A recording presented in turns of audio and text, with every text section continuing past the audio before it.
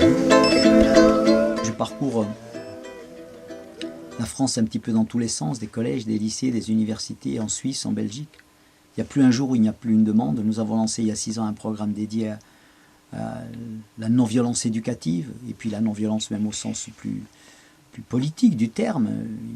Et nous constatons une soif, un désir, une volonté de découvrir cet illustre inconnu qu'est la non-violence, que l'on identifie très souvent une sorte de discours des bisounours, et qui est par contre un outil d'une puissance incroyable, qui nous libère justement de ce piège qu'on nous vend.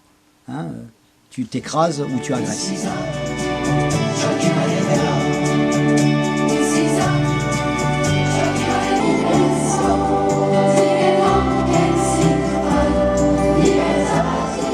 La non-violence vient nous dire il y a mieux à faire. Tu peux beaucoup mieux faire, tu es capable de mieux. Et ça s'apprend.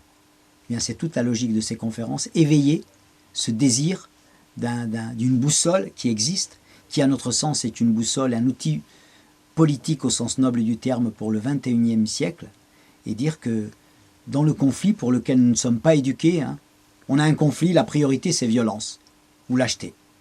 Eh bien la non-violence vient nous dire on peut faire beaucoup mieux. Et ça je crois c'est ce qui provoque un petit peu cette alchimie qui fait que le désir il est contagieux, désir de formation, désir de découverte, sensibiliser des juniors à ça, et c'est une tâche qui à notre sens s'inscrit profondément dans notre tâche d'artiste, c'est-à-dire impliqués.